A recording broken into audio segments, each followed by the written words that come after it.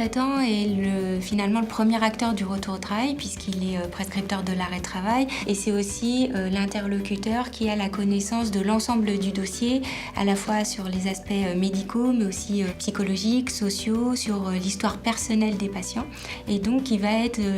l'interlocuteur privilégié pour discuter du moment et des conditions de la reprise du travail à envisager pour cette situation en particulier. Plus on prolonge l'arrêt de travail, plus on va avoir tendance à perdre sa confiance dans ses capacités à retourner au travail. On va avoir aussi un syndrome de déconditionnement physique, psychologique, social. C'est d'ailleurs important que les médecins traitants puissent conseiller à leurs patients de rencontrer leur médecin du travail à tout moment et le plus tôt possible, en dehors et pendant l'arrêt de travail, notamment via la visite de pré-reprise pendant l'arrêt de travail, pour réfléchir aux conditions et à la durée de l'arrêt de travail.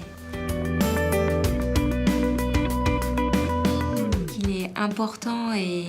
sûrement gagnant de rencontrer le plus tôt possible son médecin du travail. Quand on se pose la question de retourner au travail avec un symptôme de lombalgie persistant, on va éventuellement être amené à réfléchir à des adaptations de la situation de travail en termes d'aménagement du poste de travail, donc sur les éléments physiques,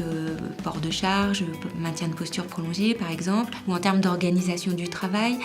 aménager des temps de pause, reprendre à temps partiel thérapeutique. Et ça, c'est vraiment le rôle du médecin du travail.